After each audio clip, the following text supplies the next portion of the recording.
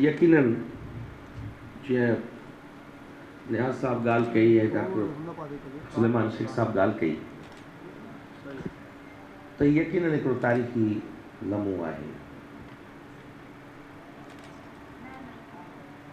Making of Sindh मूंखे अलाए छो लॻंदो आहे त जेका 300 साल पहिरीं हिकिड़ी सिंध तॾहिं जुड़ी हुई जॾहिं शाह लतीफ़ ऐं मियां इनात जी मुलाक़ात थी हुई, जॾहिं मुंतकिली फ़िक्र जी ऐं रूह जी ट्रांसफॉर्मेशन थी हुई।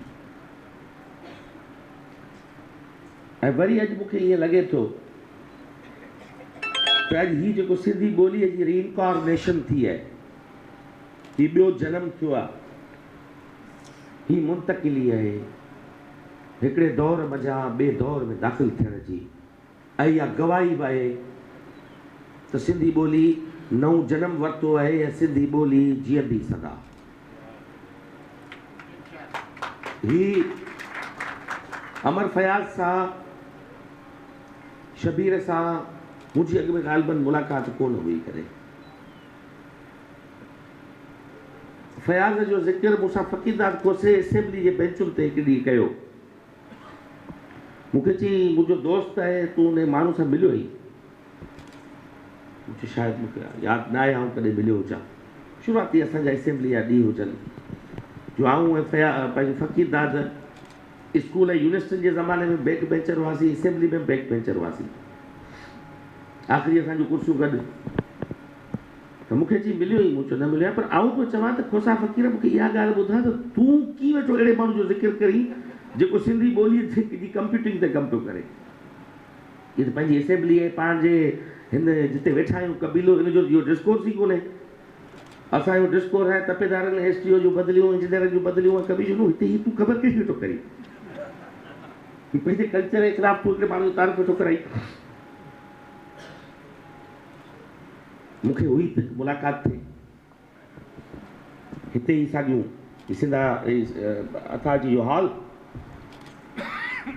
आऊं फस्ट विज़िट ते ब्रीफिंग वठणु हिते पहुतुसि, जिते वेठो महरी साहब वेठो आहे हिते आऊं वेठो हुजां, मुंहिंजे पासे खां अॻूणो चेयरमैन साहब वेठो हुजे, हिते रसूल बख़्श वेठो आहे, बसि हिते हिकिड़ो हमरा ब्रीफिंग पियो ॾे। त उनखां पहिरीं चेयरमैन ब्रीफिंग ॾिनी, उन खां पोइ अमर फयाज़ आयो। इहो मुंहिंजो पहिरियों हुन सां मुलाक़ात तारुफ़। हिन ॻाल्हाइणु शुरू कयो कॉन्फिडेंस सां, अखियुनि में उमेद, चमक, ख़्वाब ऐं जज़्बो। हुन ॻाल्हि कंदे कंदे हिकिड़ी ॻाल्हि कई त हाणे ॿोली लिंग्विस्ट कोन बचाईंदा, हाणे लैंग्वेज इंजीनियर बचाईंदा। मूं इहा ॻाल्हि क्लिक कई, मुंहिंजो बराबरि, हाणे लैंग्वेज इंजीनियर बचाईंदा, छो त शयूं हाणे पननि तां उॾामी स्क्रीन ते हलियूं वयूं, ऐं इहा तकड़ी हिकिड़ी स्विफ्ट ऐं रैपिड जेका आहे उहा दुनिया में चेंज आई आहे। गुज़िरियल 2 ॾहाकनि खां उहा दुनिया जे तब्दील थियण में 200 साल वरिता। उनखे इन इन्फोटेक रेवोल्यूशन जेको आहे उन 2 ॾहाकनि में तकिड़ो तब्दील करे छॾियो आहे। इलाही दुनिया जूं शयूं, ॿोलियूं, उलूम, उनजी प्रिजर्वेशन, उनजी प्रमोशन जा तरीक़ा अंदाज़ ई तब्दील थी विया दुनिया में। मूंखे इंट्रस्ट थी हिकिड़ी ॻाल्हि में हो, आऊं आयुसि त मूं पहिरीं इहो चयो त मुंहिंजो प्रपोज़ल तव्हां ॾींदो, ऐं हीअ मूंखे ॻाल्हि अलीम जे अकुल में वेठी आहे, ऐं लैंग्वेज इंजीनियरिंग जे इदारे जे क़याम जो ऐलान कयूं था। ऐं तव्हांखे इहा ॻाल्हाईंदे, तव्हांखे ॿुधाईंदे मूंखे इहा ख़ुशी थिए पई त अॼोके ॾींहुं असांजी डिपार्टमेंट जे टेंडर जी आख़िरी तारीख़ हुई, ऐं language engineering Majid Ghurgri language engineering institute जो टेंडर कंप्लीट थी चुको आहे, ऐं 15 ॾींहंनि खां पोइ कमु स्टार्ट थी वेंदो।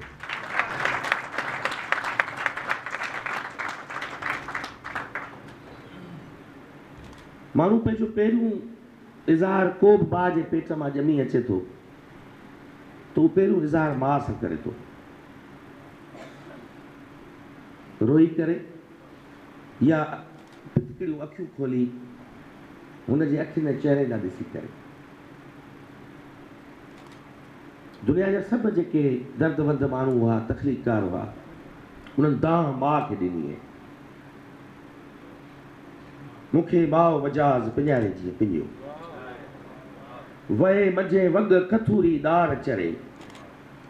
ये शायदि ये शबीर ऐं अमर जहिड़नि कैरेक्टर्स लाल लतीफ़ चयो हूंदो, जेके बिज़ाहिर त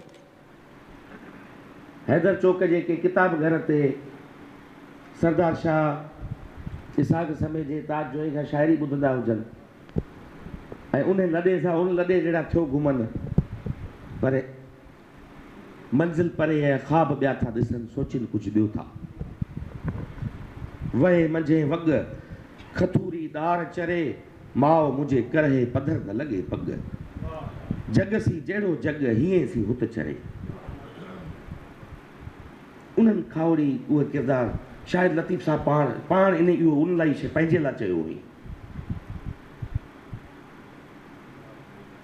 ऐं इहो इज़हार जेको पंहिंजी माउ सां, माउ ॿोलीअ सां जेको हिननि कयो आहे, सची ॻाल्हि आहे त हिननि जे हिते फ़ख़ुरु त थिए थो, पर हिन जे कम ते असांखे सची ॻाल्हि आहे इश्क़ थी वियो आहे। ऐं सम्झां पियो अॼु खां 15 साल पोइ मुंहिंजी जेका नंढड़ी आहे,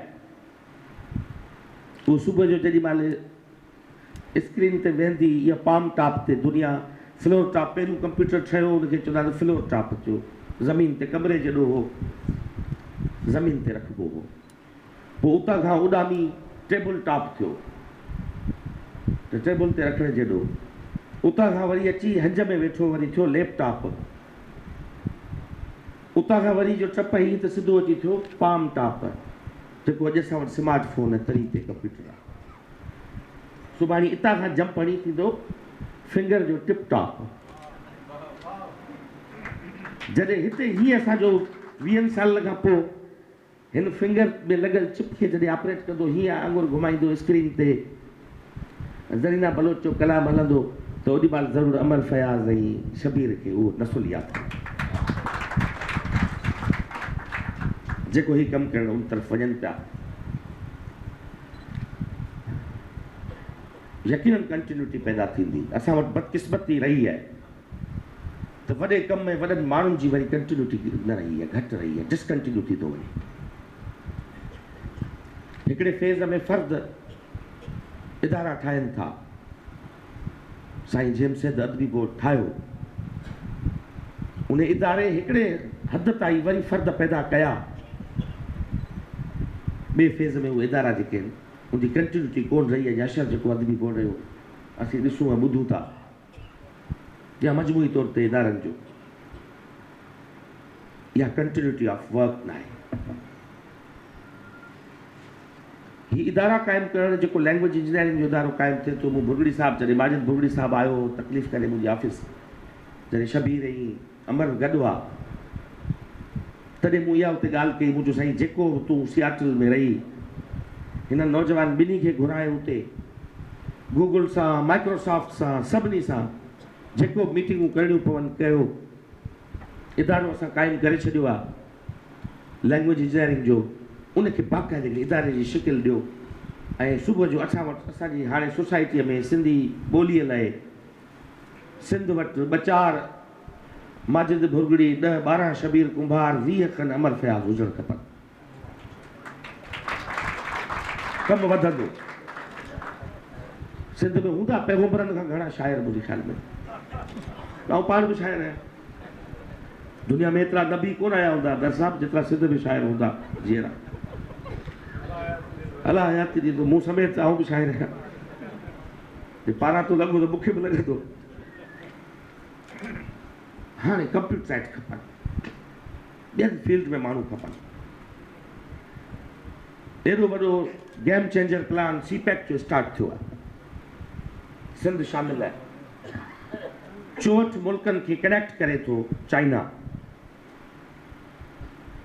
इंग्लिश चैनल खां वठी पोलैंड खां वठी बायलोरशिया रशिया उतां खां वेंदे सॼो अफगानिस्तान खां वेंदे गवादर खां वठी सिंध कनेक्ट थिए थी, केतिरी बंदर कनेक्ट थिए थो।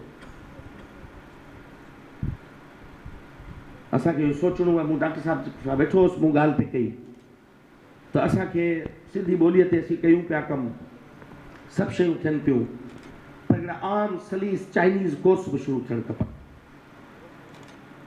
असांजो नौजवान जेको ड्राइवर आहे सुज़ुकी हलाए थो हैदर चौक ऐं पकोड़ा चौक जे विच में, उनखे सिंधीअ मां चाइनीज़ सेखारियूं त सुबुह जो उहो सिंधी ॻाल्हाइण सां गॾोगॾु कंहिं चीनियुनि चपटनि सां गॾु उनजी गाॾी बि सिंध जे रोडनि ते दौड़ाए ऐं इहो ख़्वाबु साबिया थिए त उहो ई ड्राइवर हुजे जेको हिननि खे खणी बीजिंग ताईं पुॼाए। कनेक्टिविटी। आई होप के तव्हां हिन ते डॉक्टर साहब तयारु कंदो, गफ़ूर साहब को प्लान, त असां चाहियूं था त हैदराबाद ऐं कराचीअ में असीं चाइनीज़ लर्निंग सेंटर बि स्टार्ट कयूं। असांजे माण्हुनि जी खपत थिए दुनिया में।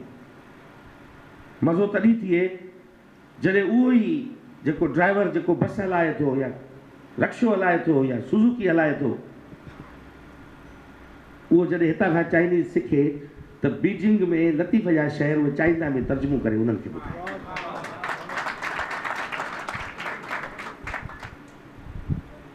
असांखे इन पासे वञिणो आहे।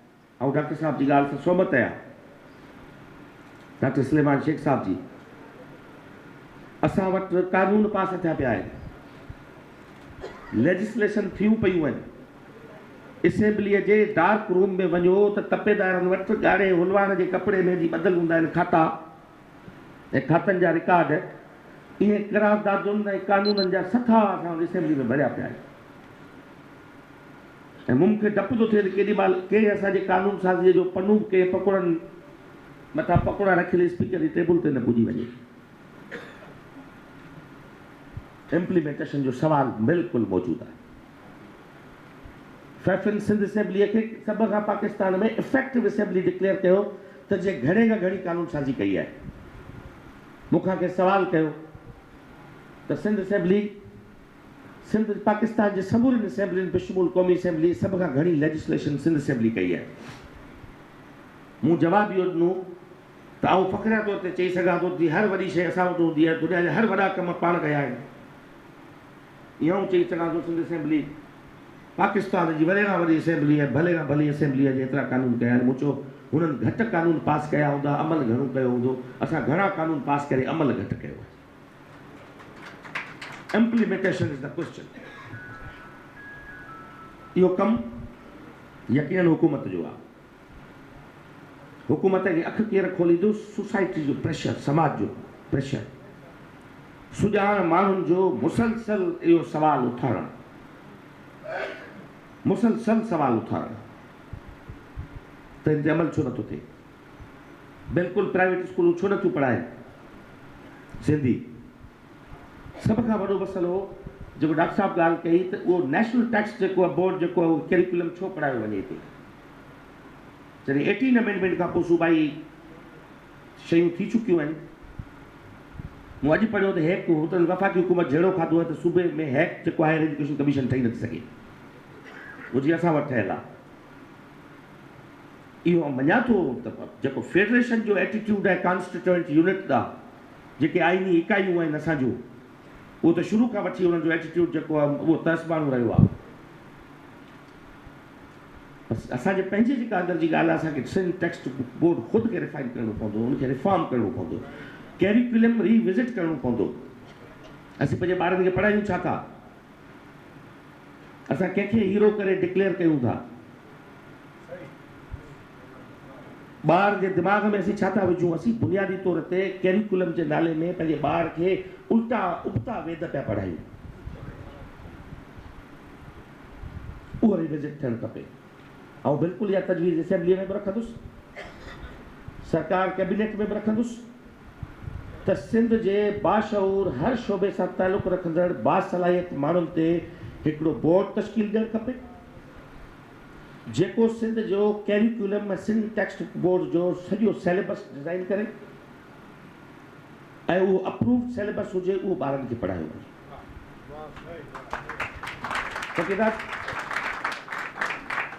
इन खां सवाइ कोन थींदो।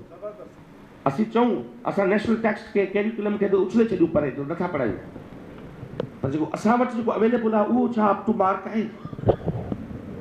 उहो असांजे ॿार जी ज़हनी परवरिश है उनके सही सिमत में उनके वठी वञी सके तो न। ॿई कदम लाज़मी है। वो इम्पोज न थिए, ही रिफॉर्म थिए।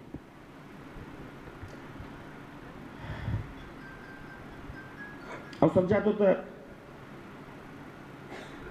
अॼोको सॼी ॾींहं जेको आहे उहो असांजे हिन नई रीइनकॉर्नेशन जेका थी आहे, जेको नओं जनम आहे सिंधी ॿोलीअ जो, उनखे डेडिकेट थियणु खपे। असां करे बि चुका आहियूं, पर मूं पंहिंजे हिकिड़े ख़बर न आहे त सोशल मीडिया ते दोस्तनि जी नज़र में 68-69 सालनि जी पाकिस्तान जीअं सिंध सूबे तौरु शामिलु थियो या अलॻि थी असां हुकूमतूं स्टार्ट कयूं, उनजी पूरी तारीख़ में सरदार शाह सभ खां वॾो गद्दार हूंदो। पर हिकिड़ी शइ जेका आउं यकीन सां तव्हांजे साम्हूं चवां थो, मूंखे हैरानगी थी। कुझु असांजी दोस्तनि हरमोन जो दड़ो असां इंटरनेशनल सेमिनार कयो, जेको हीअ न मुंहिंजो 20 साल अॻे जो ख़्वाबु हो।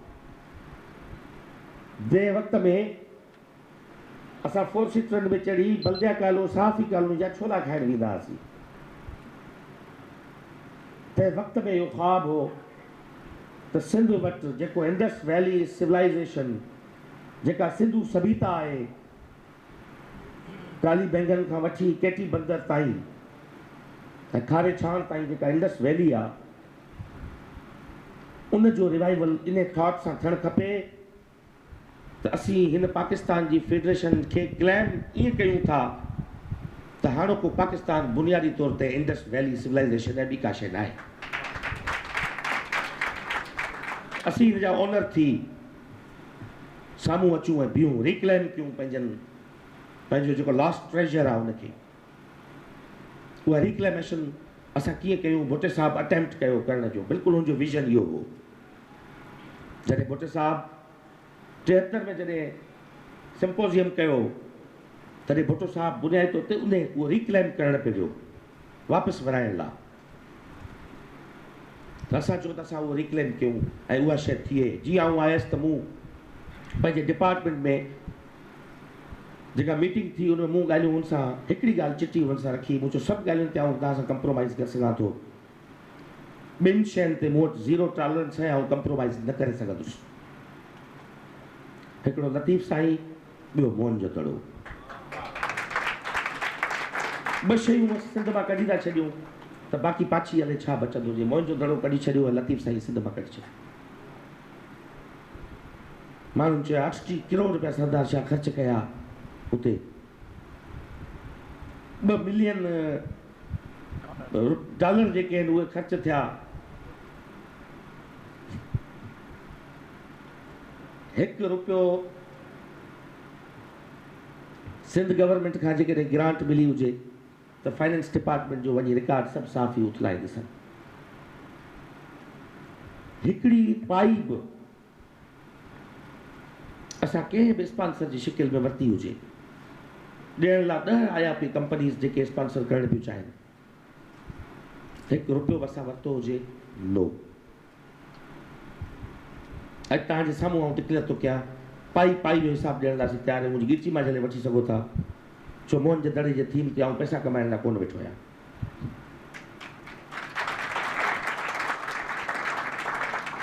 ₹2.30 करोड़ इन इंटरनेशनल कॉन्फ्रेंस ते टोटल ख़र्च थियो। ₹1.50 crore NFM national fund for Mohan जो दड़ो जेको क़ाइमु थियल आहे उनजा। ₹80 लख मुख़्तलिफ़ स्कीमुनि वञा, 10 लख, 15 लख, 12 लख करे असां इहे टिकेटूं पूरियूं कयूं ऐं मोहन जे दड़े जा ख़र्चा पूरा कया।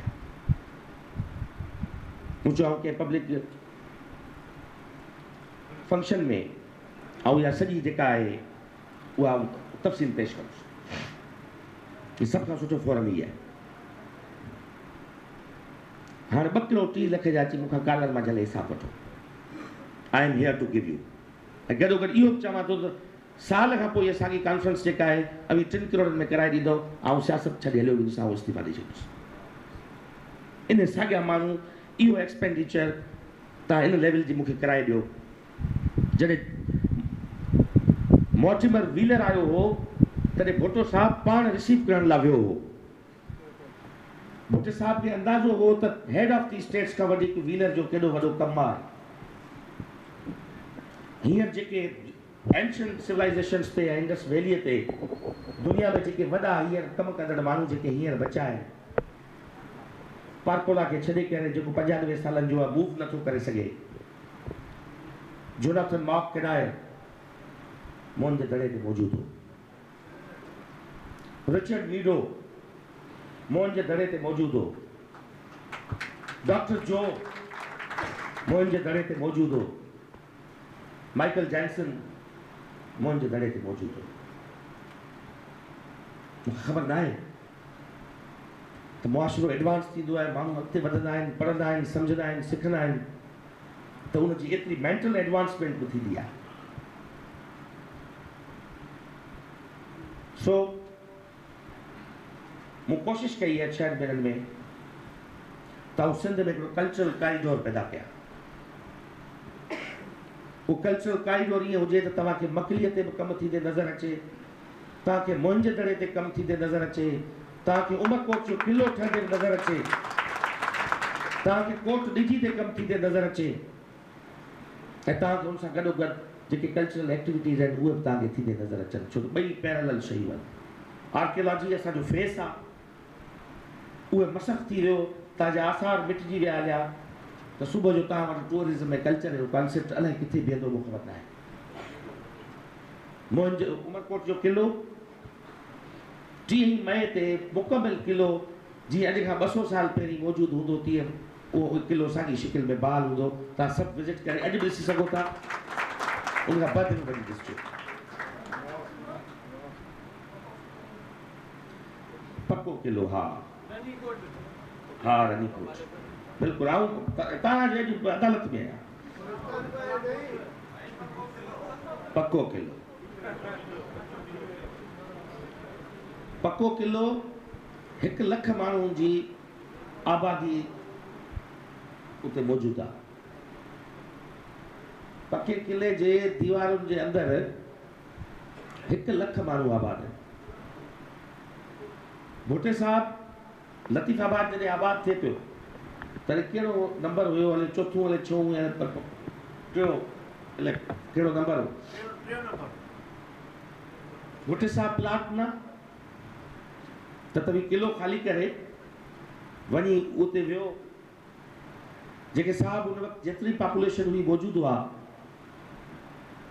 उहे उतां खां प्लाट वठी पंहिंजे नाले कराए विकिणी वरी किले में वेही रहिया। हाणे 2 मसइला आहिनि पके किले जा। हिकिड़ो त हिकिड़े ई वक़्त ते एडवेंचर कजे जंहिंमें यकीनन सूबाई हुकूमत रुॻो अकेले सिर कोन कंदी, जंहिंमें तव्हांजी वफ़ाक़ी हुकूमत बि तव्हां खां गॾु हुजे। लठियूं बाठा खणी माण्हुनि खे कढो, बिना कंहिं सेटलमेंट जे प्लान बनाइण जे, उन्हनि खे विहारींदो किथे, रहाईंदो किथे। 1 लख माण्हू पूरो शहर आहे। ॿियो त अञा थोरो ओते लहिजे, अकुलमंदीअ सां अॻिते वधिजे, पॉइंट स्कोरिंग न कजे त ख़ाली कराईंदुसि पको किलो ख़ाली कराईंदुसि, वारे सरदार शाह फटाका सिंधी अची वियो मैदान ते 4 तकरियूं करे टेन्योर ख़तमु करे हलियो पियो। ॿियो अप्रोच कहिड़ी आहे त किले जूं दीवारूं ठहनि पियूं। किले जे दीवारुनि जे मथां घर ठहियल आहिनि।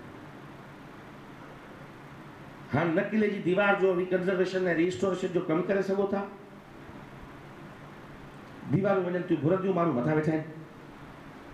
दीवारुनि जे अंदरि दुकान ठहिया पिया आहिनि। पहिरीं फ़ुर्सत में जेके माण्हू दीवारुनि जे मथां आबाद आहिनि उन्हनि खे उतां खां ख़ाली कराए किले खे पंहिंजी असुल शिकिल में दीवारूं उन जूं बहाल कजनि, जेको डूएबल तकिड़ो कमु आहे। उन ते मूं असांजे उतां जी चूंडियल जेके मेंबर आहिनि एमक्यू में दोस्त, मूं उन्हनि सां ॻाल्हायो त हीउ मामिलो आहे। इलाही घर टिल्ट करे विया आहिनि, जानी नुक़सानु थींदो, घर किरंदा। इन करे मूंसां गॾु हली विज़िट कयो त पाण घटि में घटि जेके किले जे दीवारुनि ते माण्हू मौजूदु आहिनि उन्हनि सभिनी खे उतां खां हटाए के ॿिए हंधि मुंतकिल कयूं त असीं किले जी दीवारुनि खे असुल शिकिल में बहाल कयूं त किले जूं दीवारूं खॼी पवनि। उन ते उन्हनि मूंसां एग्री कयो आहे। असां गॾिजी विज़िट कंदासीं। पहिरियों ॾाको इहो आहे त असीं ॾाके ते किले खे दीवारूं जूं महफ़ूज़ करे वञूं।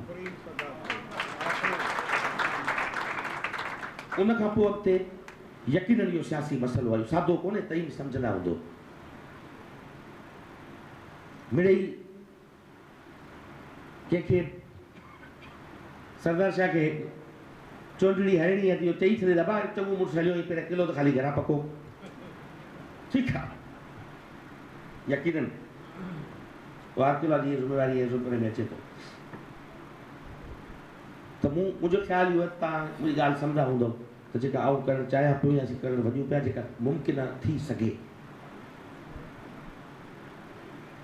रनीकोट जे हवाले सां आर्कियोलॉजी जी असां हिकिड़ी टीम इन्वॉल्व कई आहे। पहिरीं तय थिए तयुनि थिए त रनीकोट कहिड़े दौर जो आहे, ठाहियो कंहिं, असां वटि मुख़्तलिफ़ राय आहे। पवर साहब सासानी दौर जो सम्झे थो, बलोच साहब मीरन जे दौर जो सम्झे थो। सभ खां वॾो मसइलो तव्हांजे आसार क़दीमा जे बारे में उनजी क़दामत तय करण जो तरीक़ो कहिड़ो आहे। दुनिया में ॿ शयूं आहिनि जेका उनजी क़दामत तय कनि थियूं, हिकिड़ी एक्सकेवेशन, खोटाई, जितां शयूं मिलनि उन्हनि जी बुनियादनि ते तव्हां तय कंदो। ॿियो कार्बन डेटिंग आहे।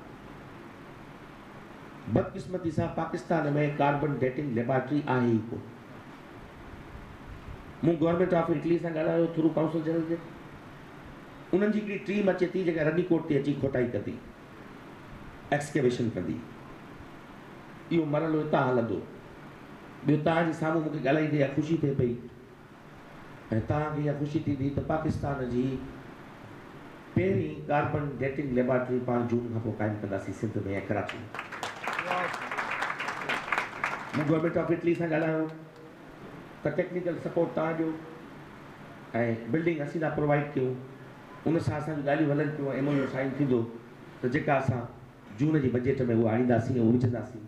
बाक़ी जेके ॿियूं मिसिंग फैसिलिटीज़ आहिनि उहो असीं हिते राइटरनि लाइ ओताक ठाहियूं पिया। हिते म्यूज़ियम जे पोयां 20-22 कमरनि जी एयर कंडीशन ओताक, जिते पाण शहर में ॿुधंदासीं, मुशाइरा कंदासीं। रनीकोट ते बि 20-25 कमरनि जो पाण हिकिड़ो मोटेल ठाहियूं पिया, जिते पाण हलूं, फैमिलीज़ वञनि, ॿार वञनि त उते रही घुमी सघनि। आर्कियोलॉजी डिपार्टमेंट असांखे जो तोहफ़ो इहो ॾिनो त रनीकोट जे भितियुनि ते सीमेंट सां राॻो थियल हो, हुते जेको थियो पियो आहे। उन लाइ मूं उन्हनि खे चयो आहे, मुंहिंजी महिरबानी करे इहो जेको दाग़ आहे इहो मिटायो, इहो सीमेंट वारो हटायो। बाक़ी को उते बुनियादी केॾी वॾी कंज़र्वेशन या रिस्टोरेशन जो इशू कोन्हे रनीकोट सां। रनीकोट ताईं पैच जो मसइलो आहे, उते सहूलियत जो मसइलो आहे, ऐं हुनजी सिग्निफिकेंस या क़दामत तय करण जो आहे त हू आहे कॾहिं जो ऐं कहिड़ी हुनजी आहे। बहरहाल हिते हा लैंग्वेज अथॉरिटी, हिते वेठा हुआसीं सवेर डॉक्टर साहब सां, त ॻाल्हि थी त मुंहिंजो ख़्यालु हो, मूं दुनिया जे मुल्कनि में किथे ॾिठा आहिनि त लैंग्वेज जा म्यूज़ियम हूंदा आहिनि। म्यूज़ियम हूंदा आहिनि त को सिंधी ॿोलीअ खे सम्झणु चाहे, को ॿारु अचे त 8-10 किताब पढ़ी हुन खां पोइ सम्झे सिंधी ॿोली किथां जो स्टार्ट थी, सिंधी ॿोलीअ जा मुख़्तलिफ़ दौरनि में लिखत कीअं हूंदी हुई, स्क्रिप्ट कहिड़ा हूंदा हुआ। उनजे बजाए हिकिड़ो अहिड़ो हॉल हुजे जंहिंमें जेको माण्हू दाख़िल थिए त उहो इंडस स्क्रिप्ट खां वठी हाणोकी लिखत ताईं उनखे ख़बर पइजी वञे त भई हिन ॿोलीअ जो सॼो जेको प्रोसेस हो, जेको एवोल्यूशन जो प्रोसेस हो, ॿोलीअ जे ठहण जो अमल हो, उहो हितां खां शुरू थियो, हिते पहुतो। सो असां अनक़रीब लैंग्वेज म्यूज़ियम जेको हैदराबाद में क़ाइमु कयूं था ऐं हुन ते कमु करण जी जेके मशवरा आहिनि दोस्तनि जा उहे पंहिंजो कमु स्टार्ट कनि बाक़ी बिल्डिंग जेका आहे उहा असां प्रोवाइड कंदासीं हिन जी इम्प्रूवमेंट ख़ुदि जेका बिल्डिंग आहे हिन जी इम्प्रूवमेंट करायूं था अॼु हीअ सोड़ थिए पई पोयां माण्हू बीठा आहिनि जेके वेहण जी जॻह कोन्हे त हीअ ऐं मुंहिंजो ख़्यालु हो डॉक्टर साहिब सां मूं इहो कयो त हीअ जेका दीवार आहे हिनखे हटाए हीअ यको ऑडिटोरियम जेको आहे असीं कयूं त घटि में घटि 400-500 माण्हुनि जी वेहण जी कैपेसिटी जेका आहे लैंग्वेज अथॉरिटी में हुजे इहो हिकिड़ो पूरो प्लान आहे जेको असां हुन में स्टार्ट कयूं था हितां जी एम्प्लॉइज़ जी रिहाइशी स्कीम जो आहे त एम्प्लॉइज़ जेके आहिनि उन लाइ रिहाइश जी का हुजणु खपे रिटायर थियण खां पोइ हिननि खे ॿियो को बेनिफिट कोन्हे हिकिड़ो इहो सुवालु मुंहिंजे दिमाग़ में आहे तव्हां सां शेयर करे थो छॾियां त असांजे इदारनि जी सभु बहितर परफॉर्म न करे सघण जो सभ खां वॾो सबबु ओवर एम्प्लॉयमेंट आहे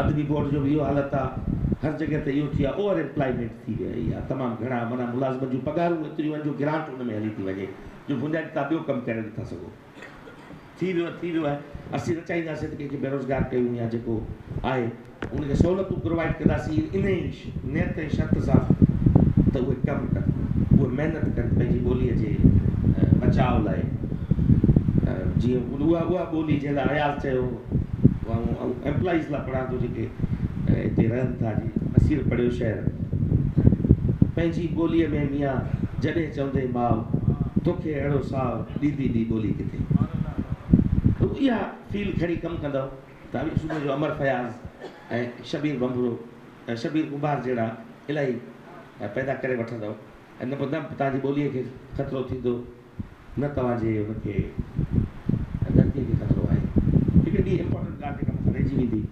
लेजिस्लेशन जे हवाले सां जेका ॿोली क़ौमी ॿोलीअ खे करण वारा ऐं इस्लामाबाद में होसि हाणे तव्हां जोयो बि हुयो हुते जेका ब्रीफिंग थी 2 बिल सेनेट में टेबल थिया पिया आहिनि पहिरियों शायदि 2000 में 1 में 2 में मुजीब पीरज़ादे आंदो हो नेशनल असेंबलीअ में जेको उतां खां उॾामी वियो उन्हनि न करणु ॾिनो पोइ शायदि यूसुफ टालपुर आंदो हो उहो बि डिफर थी वियो टियों मारवी मेंबर आंदो उहो बि उॾामी वियो हाणे ही चोथों भेरो ही एफर्ट थिए पई जंहिंमें 2 बिल हिकिड़े ई वक़्त ते गॾु मूव थिया आहिनि ऐं ॿई पीपुल्स पार्टी सां लॻा पियल आहिनि हिकिड़ो बिल उहो जेको जोए साहब ॿियनि सभिनी हिकिड़ी कंसेंसस सां ड्राफ्ट कयो जेको 2010 में ड्राफ्ट थियो जेके ससी पलीजो ऐं पंहिंजे आजिज़ धामरा मूव थियो आहे ऐं ॿियो बिल डॉक्टर करीम ख्वाजा मूव कयो आहे मुंहिंजी 12 हिननि सां गुफ़्तगू हलंदी रही सॼे मामले ते मूं चयो त कतई तव्हांखे हीअ फेडरेशन तव्हां 7 ॿोलियूं खणो 8 ॿोलियूं खणो 9 ॿोलियूं खणो 23 ॿोलियूं खणो हीअ तव्हांखे हीअ स्पेस न ॾींदी हिकिड़ो बिल वापसि थियणु खपे तव्हां सभु हिन ते हिकु आवाज़ थी इहो मुतालबो कयो त जेको कंसेंसस सां बिल वियल आहे जेको डूएबल आहे मुमकिन आहे पास थी सघे उहो आहे त 4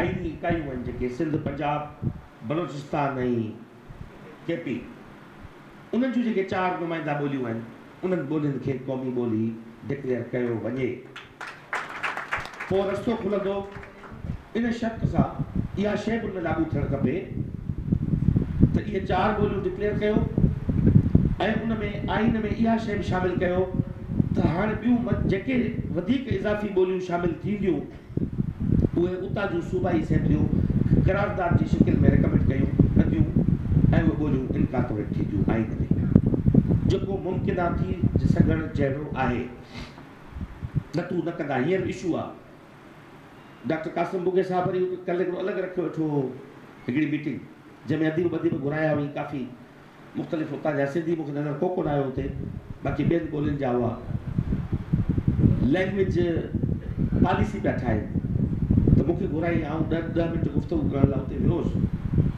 मूं त इहा ॻाल्हि रखी मूं चयो इहे ही मुमकिन कोन्हे जो तव्हां 1952 में छा थियो बंगाली कीअं शुरू कई पाणी पुल जे हेठां गुज़री चुको 56 में वञी हुनखे स्टेटस ॾिनऊं हीअं समझदारी सां मूव थियणु खपे ऐं इहो प्रेशर माउंट थियणु खपे त पहिरीं 4 ॿोलियूं डिक्लेयर थियनि ऐं इहो बिल पास थिए जे न थियो त नवाज़ शरीफ़ मार्च खां पोइ अक्सरियत में अची वेंदो।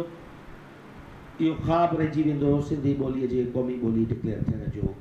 हीउ वक़्तु आहे, टाइम आहे, जो थियो त थींदो, जे न त पोइ न थी सघंदो। ईंदड़ मार्च में सेनेट जूं इलेक्शन थींदियूं। नवाज़ शरीफ़ तेसि ताईं जनरल इलेक्शन न कराईंदो जेसि ताईं सेनेट में हाणोकियुनि सीटुनि जे बुनियाद ते अक्सरियत वठी अचे। जॾहिं हुनजी अक्सरियत सेनेट में मिली वई हली त इहो ख़्वाबु असांजो तशना रहिजी वेंदो, उजारो रहिजी वेंदो। हींअर 72 मेंबर असां वटि मौजूदु आहिनि। हिमत जे कंदासीं सभु त इहो बिल पास थी वेंदो ऐं सिंधी ॿोली क़ौमी ॿोली थी। ऐं शुक्रगुज़ार आहियां डॉक्टर साहब जो। Thank U. 4 पोर्शन हुआ मुख़्तलिफ़ स्कूलनि में, हाई स्कूलनि में, तहलके हाउस में, उन्हनि जा कम अध में पिया काफ़ी हद ताईं। जेकॾहिं इहे एक्सटेंशन थिए थो न, तव्हां सुठी ॻाल्हि कई आहे। इहो इसमें लाइब्रेरी बि हुयूं, कल्चरल कॉम्प्लेक्स बि हुया, कुझु कल्चरल सेंटर बि हुया। उन वक़्त में स्कीमूं मूव थियूं। PC1 असां सां ज़ुल्म कहिड़ो थियो आहे। PC1 ठही आहे 10 करोड़ जी। 3 सालनि में 10 करोड़ ख़तमु थी विया। मंगी साहब पाण रहियो आहे ब्यूरोक्रेसी में, ख़बर हूंदी। 3 सालनि में 10 करोड़ ख़तमु थी विया हलिया। हाणे डिमांड पई थिए कि कंप्लीट करण लाइ 20 करोड़ ॿिया ॾियो। जेका स्कीम 10 करोड़ में कंप्लीट थियणी हुई, 20 करोड़ ॿिया ॾियो त 6 करोड़ में स्कीम कंप्लीट थियो। हींअर आउं जॾहिं आयुसि त मूंसां इहो मसइलो दरपेश आयो त मूं पुछियो वर्क्स एंड सर्विस डिपार्टमेंट हो, उन वटि स्कीमूं हुयूं, इहा शर्त थियो आहे, सभु जा सभु इहे पिया आहिनि। उमरकोट, नवाबशाह, तव्हांजे जंपीर जा, पंहिंजे ठठे में, नवाबशाह में, सभु शहर अची वॾा हिकिड़ा खड़ा करे छॾिया आहिनि। सम्झ में न आयो त डिज़ाइन कीअं थिया हुआ।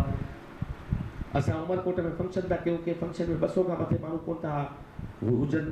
उते ऑडिटोरियम ठहियो आहे, 1500 माण्हू जो भरंदो रहे, किथां मूंखे सम्झ में ॻाल्हि नथी अचे। एॾा वॾा हाल ठहिया पिया आहिनि, उहे कंप्लीट करायूं। पर ईंदड़ कल्चर डिपार्टमेंट जे 3 सालनि जी जेका बजेट आहे उहा हिननि स्कीमुनि ते लॻंदी, तॾहिं इहे कंप्लीट थींदा। बिल्कुलु साहिबनि जी जेके रिवाइज़ PC1 ठाही। पर आई एश्योर यू, हुन में इहा ॻाल्हि CM खां एडिशनल ग्रांट डिमांड कई आहे त असांखे बजेट में ॾियो त असीं नेक्स्ट अगस्त खां कमु जेके ज़रूरी बिल्डिंग्स आहिनि ऐं लाइब्रेरीज़ आहिनि उहे असीं कंप्लीट कराए छॾियूं। बहरहाल तव्हां सभिनी जी महिरबानी, मूं तव्हां इलाही वक़्तु वरितो ऐं डॉक्टर साहब जी ऐं मेमर साहब खे मुबारकबाद ॾियां थो जंहिं एतिरा सारा किताब छपाया। ऐं हीउ वॾो क्रेडिट जेको आहे अमर फयाज़ साहब, कुमार साहब ऐं पंहिंजे अदरी अनीस काका ग़ालिबन उन्हनि जी सॼी टीम जी एफर्ट सां जेको थियो आहे, यकीनन इहो यादगार रहंदो। ऐं तव्हांखे पंहिंजे दौर जी इहो फ़ुख़ुरु हूंदो त मुंहिंजे आयामकारीअ में इहा शइ आहे। जी साईं। तव्हां चयो नवाज़ शरीफ़ साहब सेनेट में एक्सलेंस अची वेंदो, पोइ सिंधी ॿोली कोई ॿोली कान थींदी। ठीकु आहे। हाणे त 2 शयूं त इहो सेनेट जो मसइलो त कोन्हे, नेशनल असेंबली जो मसइलो पोइ सेनेट में अचे थो। पर अणे आइनी तमीम जॾहिं थी हुई, पीपल्स पार्टी गवर्नमेंट कई हुई, तॾहिं इहो मुतालबो सिंध मां थियो हुयो त भई क़ौमी ॿोलियुनि खे जेको क़ौमी ॿोली दर्जो ॾिनो वञे। उन पीपल्स पार्टी ने त मूव कोन कयो। असां इलाही कोशिशि कई। ठीकु आहे। इहो सियासी बयान त कोन्हे तव्हांजो सेनेट में नवाज़ शरीफ़ साहब ईंदो, तव्हां लाइ इज़त आहे, तव्हां दोस्त इज़त आहे। भई सियासी बयान त कोन्हे त सेनेट में नवाज़ शरीफ़ साहब ईंदो, पोइ थी कोन सघंदो। थोरो मुंझारो पैदा करे थो इहा ॻाल्हि। न, मूं तव्हांखे हिकिड़ी ॿी के सिंधी प्रैक्टिकल प्रैग्मेटिक ॿुधाई आहे। मूं पीपल्स पार्टी जी वकालत में बंदि कोन ॿुधाइनि हिते ॿी खे, न को आउं डिफेंड करण लाइ बीठो आहियां। मूं तव्हांखे डूएबल ॻाल्हि ॿुधाई आहे अमली तौर ते। पीपल्स पार्टी अरिड़हीं तरमीम हाणे तमामु वॾी कामयाबी हासिल कई ऐं मुख़्तियार जे हवाले सां हिकिड़ो तमामु वॾे खां वॾो छलांग हुई ऐं क़दम हुयो। उते काफ़ी अरिड़हीं तरमीम में खोटूं रहिजी वियो, ग़लतियूं थी वियूं ऐं असांखे थिया इहे बिल्कुलु थियूं। काफ़ी शयुनि में टाइम हो गोल्डन मोकिलियो थियणु खपे आहे। हाणे मक़सदु इहो जेकॾहिं पीपल्स पार्टी उन वक़्तु न करे सघी त हाणे असीं अॻिते लाइ न सोचींदासीं। प्रैक्टिकल ॻाल्हि इहा आहे त हीअ सभ खां घणी मुखालफ़त नवाज़ लीग में करे मुंहिंजे चवण जो मक़सदु इहो ANP गॾु बीठी आहे तव्हां सां, मनोज तव्हांखे साथ ॾियण लाइ तयारु आहिनि। नून लीग पंहिंजी पार्टी पॉलिसी तहत इनखे क़बूल न पई करे। जेके नून लीग जा मेंबर आया आहिनि उहे इनखे डिफरेंट पिया कनि। मुंहिंजे चवण जो मक़सदु हो अक्सरियत थी वई कोन थी सघंदो। ठीकु टाइम अथव जो थी सघियो त थियो, जे न त पोइ सरदार साहिब आख़िरी क्वेश्चन वेंदो डेफिनेटली। जॾहिं वज़ीर न हो त इहा हुजत हुई त मां तव्हां ॾे बि ईंदुमि, अकबर लिगारी ॾे बि ईंदुमि। पर जॾहिं वज़ीर थिया त शायदि मां न आयो आहियां। अवां बहितरीनु कमु पिया कयो, सिंधी माण्हुनि लाइ कमु पिया कयो, सिंधी ॿोली लाइ, सिंधी कल्चर लाइ। असीं हुन सां गॾु आहियूं बग़ैर कंहिं। मूंखे रुॻो एतिरो खपे त जेके चङा कम थियनि उनजी धड़क कयो, ओनरशिप कयो, बिल्कुलु ईअं जीअं पंहिंजी ॿोलीअ जी इदारनि जी धड़क कयो था। जे इदारा ठाहिण वञूं पिया त उन्हनि खे तव्हां पाण उनजी ओनरशिप कयो। ऐं सुभाणे वज़ीर कोन हुउसि, जे सुबुह जो मूंखे इरिगेशन ऐं वर्क्स एंड सर्विस जो वज़ीर करे छॾियूं त पोइ आउं सम्झां थो त मूंखे जी तनक़ीद कोन थींदी। सरदार साहब हिकु सवाल करणु चाहींदुसि। जी जी जी। अच्छा, जॾहिं ससी कोलेजो साहिबा बि हुई, 18 के प्रोग्राम हुयो, मूं हिकिड़ी ॻाल्हि कई, तव्हां इहे सभु चओ था असां बिल क़ौमी ॿोली जो तौर ते मुतारिफ़ करायूं। हिकिड़ी तमामु नंढी ॻाल्हि तव्हां कराए न सघिया, ऐं मूं पहिरीं बि रिक्वेस्ट कई हुई त प्लीज़ हीउ अहिड़ो मसइलो आहे, तमामु सिंपल आहे, इन ते तव्हां सीरियस थियो। असांजा ॿार 9th क्लास में सिंधी पढ़नि था ऐं उर्दू वारा उर्दू पढ़नि था, ठीकु आहे। मैट्रिक में अची लाज़मी तरह सिंधी ॿार उर्दू पढ़नि था ऐं उर्दू वारा सिंधी। भुट्टो साहिब जो दौर खां असीं जॾहिं मैट्रिक में हुआसीं सिस्टम हली।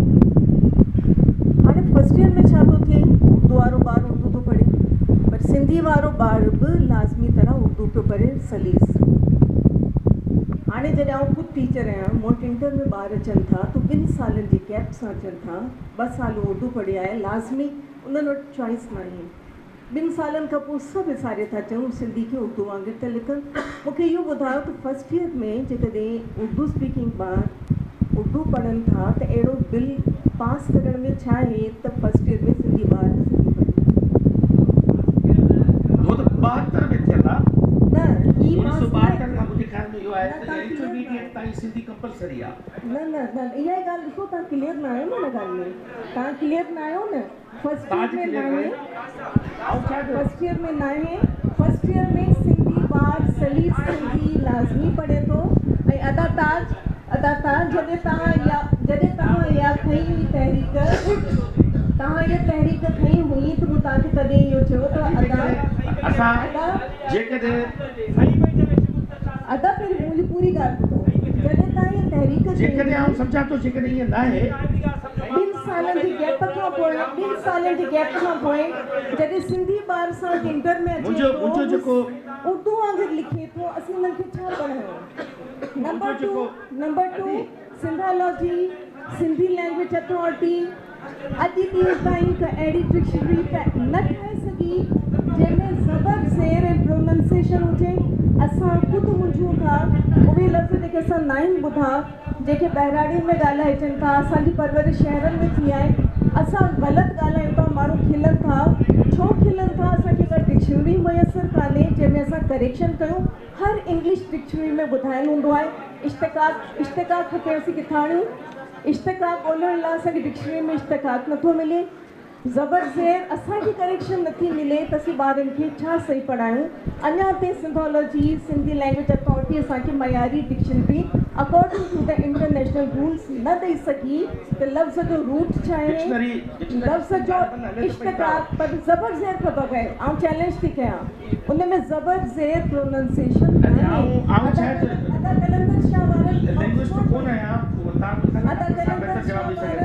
इंग्लिश में ऑक्सफोर्ड वारनि इहो कमु करे ॾेखारियो त इंग्लिश जो लफ़्ज़ हिननि सिंधी में। तव्हां सभिनीनि जी महिरबानी। जेको अदीअ जो मसइलो आहे उहो बिल्कुलु गौर सां असां ॿुधो।